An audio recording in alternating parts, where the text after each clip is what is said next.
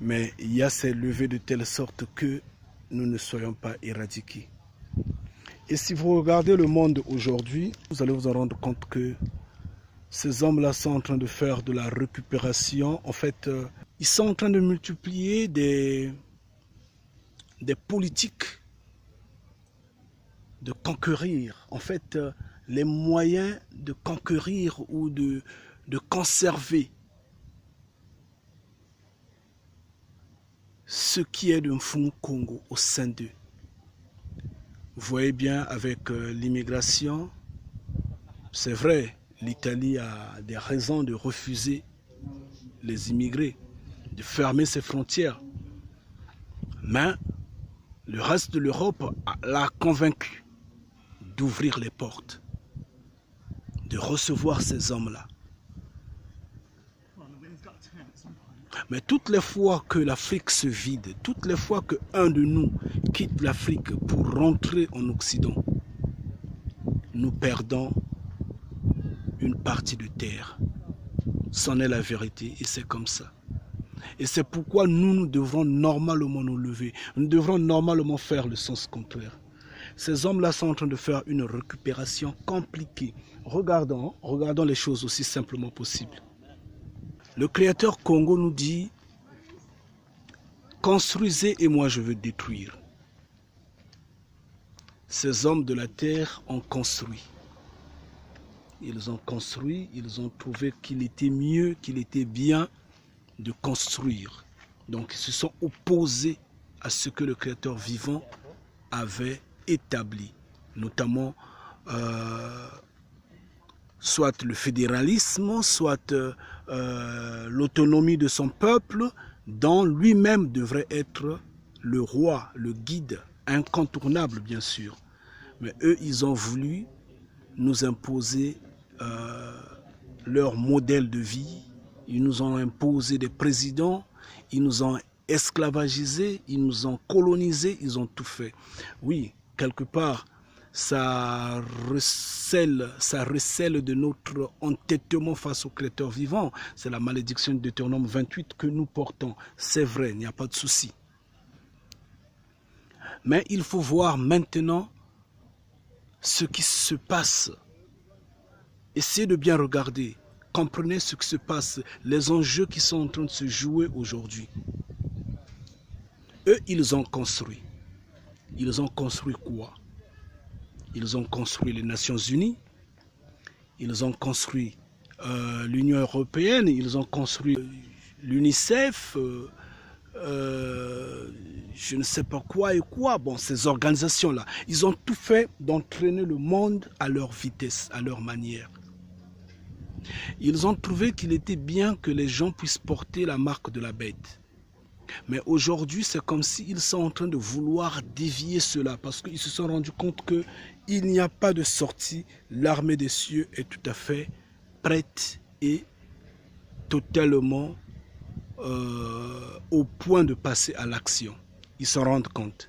Maintenant, ils sont en train de multiplier. Si vous les observez bien, si vous regardez bien la politique de ces hommes-là, essayez de bien suivre les informations.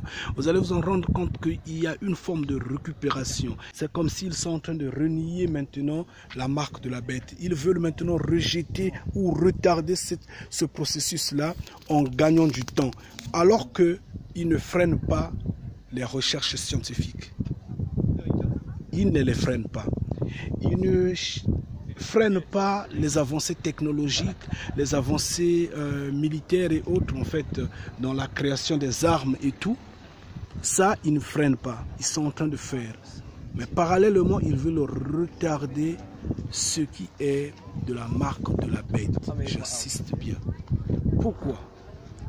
Parce que ils savent que le Créateur vivant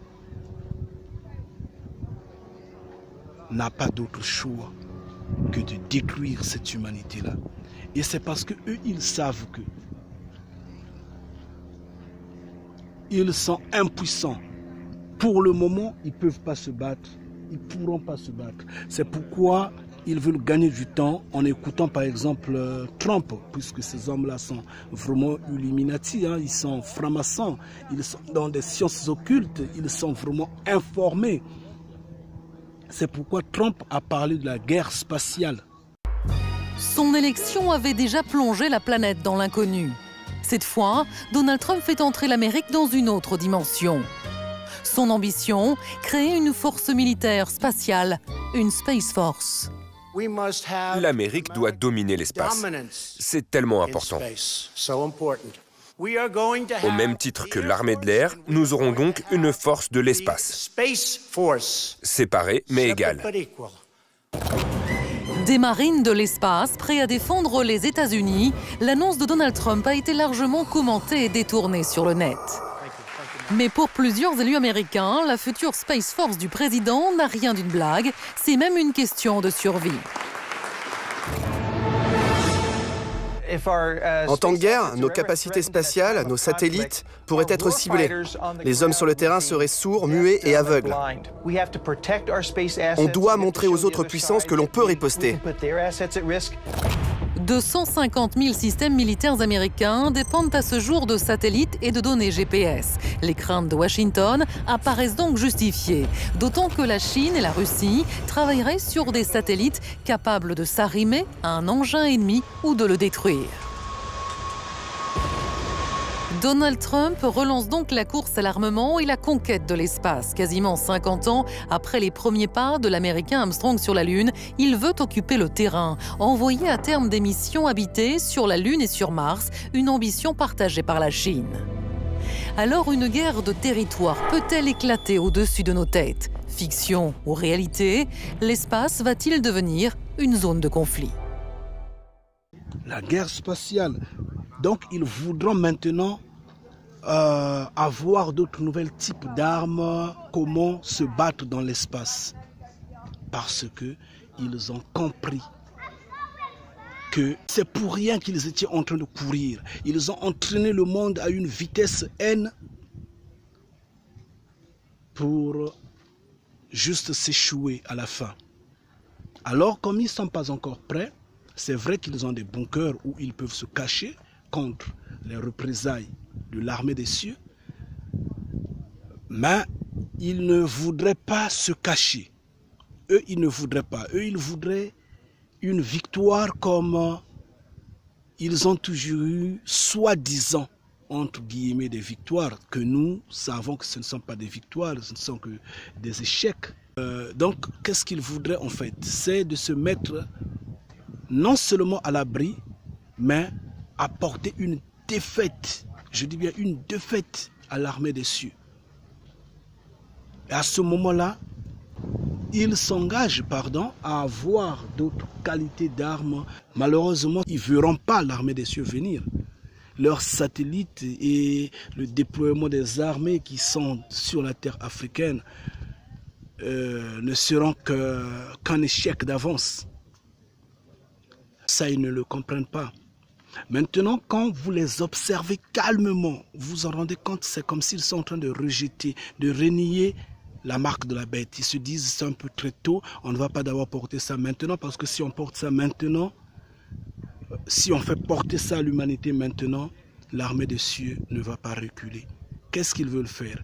Ils veulent maintenant détruire les institutions qu'eux-mêmes ils ont construites, qu'ils ont bâties. Je dis bien les institutions que eux-mêmes, en fait, l'instrument la plus efficace, qui n'est autre que l'Union européenne. Ils veulent casser maintenant l'Union européenne. Comment? Quand vous restez tranquille, vous allez bien dans l'histoire politique, vous allez vous en rendre compte que l'Union européenne a été fondée, a été bâtie, a été créée, a été fait, a été montée par les Américains. Oui, les Américains ont monté l'Union européenne. Ça, c'est politique. C'est pas ce qu'on vous fait comprendre que non, c'est l'Allemagne et la France qui se sont entendus. Ça, c'est n'importe quoi. Ce sont les Américains qui ont fait. L'Union européenne, Ils ont soutenu et ça a emmené ce qu'il fallait faire. Nous sommes au stade où nous sommes aujourd'hui.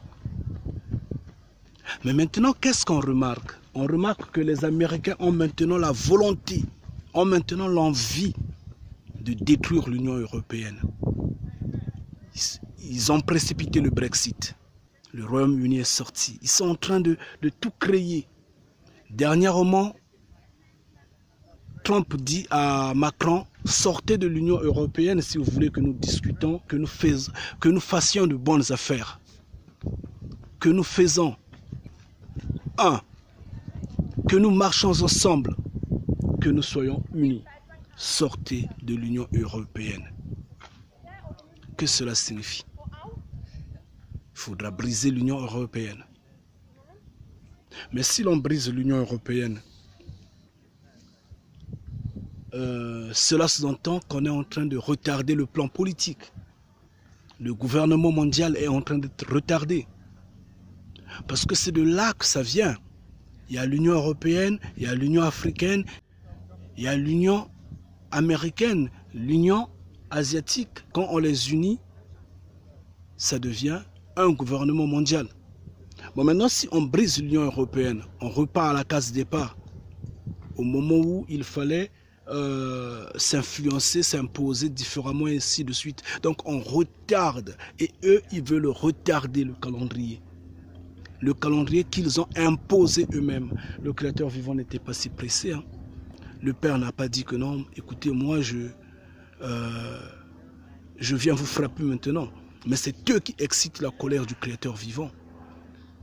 En tuant ses enfants, en apportant des guerres, en voulant faire porter des gens la marque de la bête, en voulant, ils excitent la colère du Créateur vivant. Et maintenant, ils veulent encore s'échapper. Jusqu'à quand ils vont faire ces jeux? Pendant ce temps, scientifiquement, technologiquement, militairement, ils sont en train d'avancer. Et c'est là où c'est bizarre. Ça peut prendre le Créateur vivant par arrière, par surprise. Et ce jeu-là est connu des cieux. Pendant ce temps, on est en train de parler à nos frères et sœurs. Repentez-vous. Nos frères et sœurs ne se repentent pas pour que au moins les choses se passent différemment. Les frères et sœurs gardent le cap de l'entêtement. Mais néanmoins, l'Occident est en train de jouer un jeu de récupération. Un jeu En fait, il veut souffler le chaud et le froid. Le bâton et la carotte.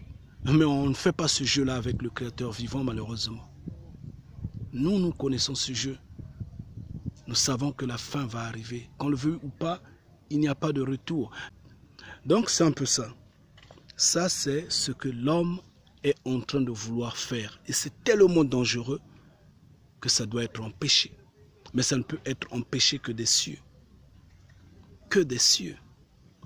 Maintenant, si l'homme Congo se repent, si l'homme noir en général, en fait Congo en particulier, et noir en général se repentent, si ces hommes-là se repentent en vérité, nous allons vivre le scénario qu'on a vécu pendant la tour de Babel. On va briser toutes ces enceintes-là, tous ces laboratoires-là. On va les briser, on va détruire cette technologie, on va la réduire à zéro. On va remettre les pendules à l'heure et à ce moment-là, l'homme noir reprend la tête de l'humanité. Contrairement, c'est la destruction, c'est tout. C'est la destruction, c'est tout. Essayer de marcher tel, mais notez que le salut est individuel. Restez bénis. Ngeta.